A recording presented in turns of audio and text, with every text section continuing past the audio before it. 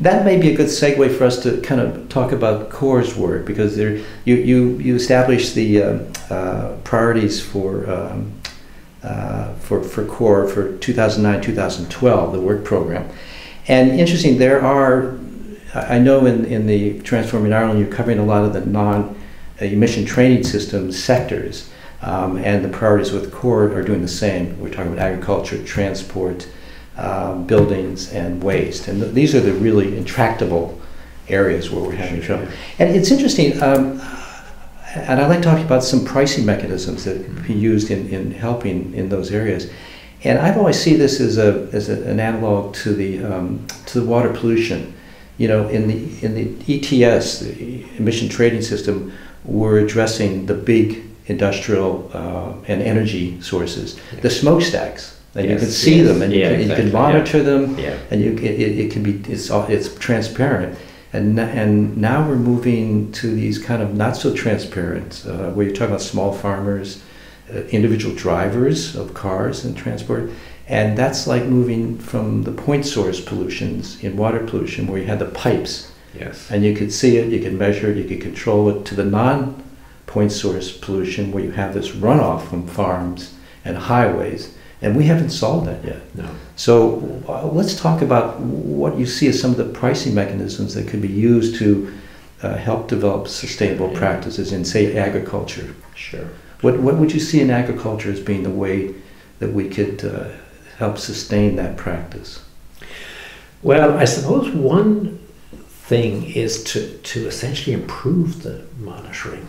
I mean, you're absolutely right that I was involved in kind of the early discussions on the design of the trading scheme in Europe, and a key decision that was made was essentially not to include anything that couldn't be monitored, reported, and verified. You know, the MRV, kind of the acronym that's used. And the idea, of course, was that you were trading billions of euros based on emissions and essentially meeting caps and so on. And if you didn't have credibility there, then of course the whole system could implode, basically. So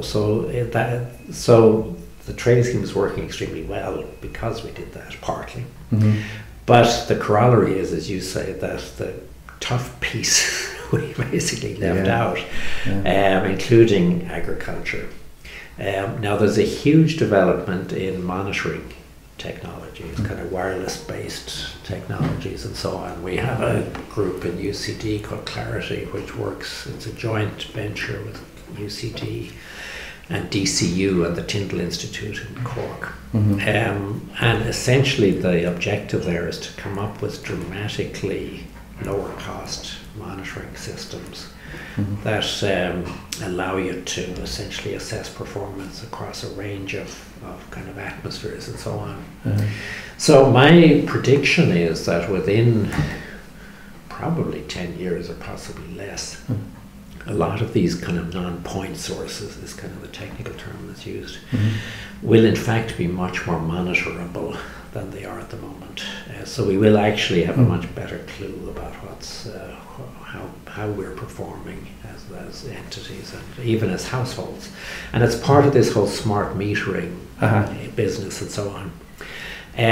But in the meantime, there's some very interesting work. It started in France, and we're beginning to look at it now in Ireland, in using offsets is the terminology, domestic offsets, where you would basically pay farmers in this case for reducing their emissions. And because we have a carbon market, we know what that's worth in the marketplace.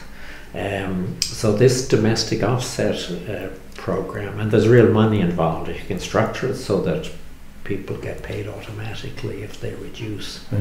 It's kind of a quasi-market, basically. Now, in this, of course, it would be methane, which is the main gas in agriculture, as opposed to carbon. But obviously, you can make equivalences. You could do an offset for methane as well. Yeah, you could.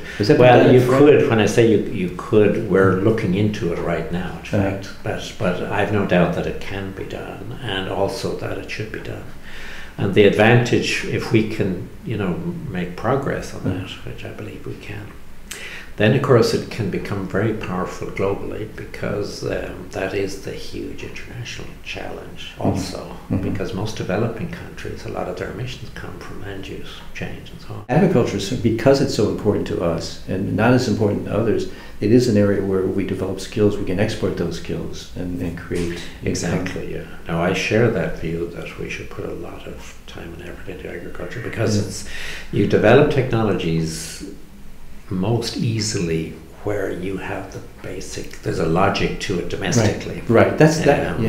It's not kind of absolutely necessary. For example, there's some very interesting groups in Ireland looking at solar energy, for example. And obviously we don't have a strong competitive advantage locally, but we could still create a serious business in that area. So, but nevertheless, we have a big local issue that we need to solve locally for very good reasons.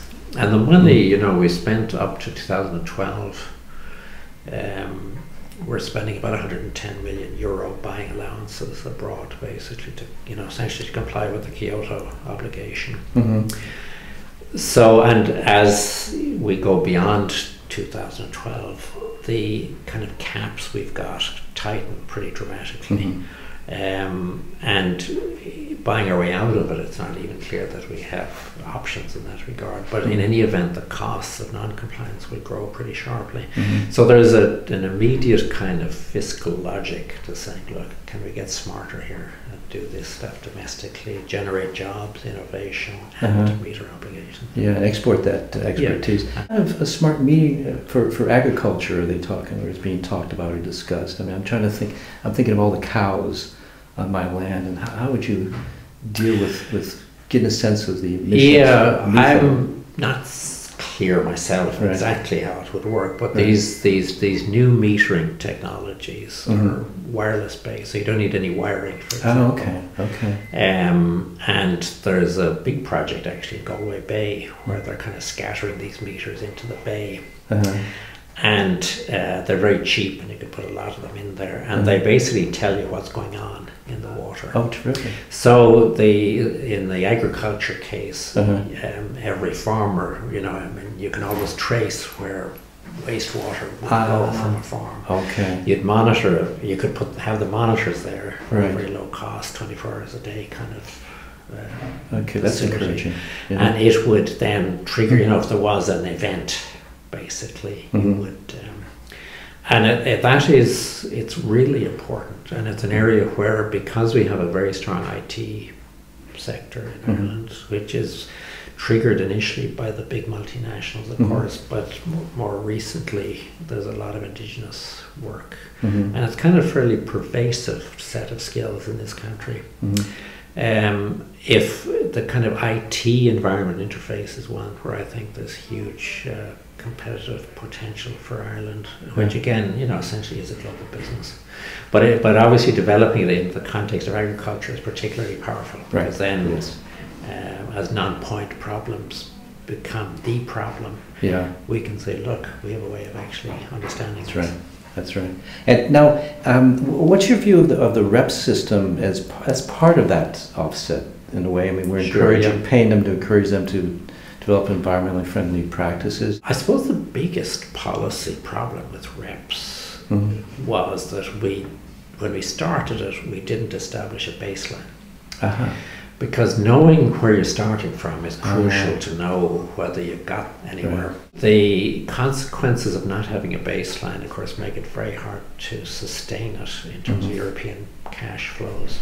Because naturally, everybody now is looking for accountability. And you're saying, give us €1 billion for this, and they say, well, what are you going to give us for it? And the fact is that we haven't been able to give fairly unambiguous answers to that question up to now.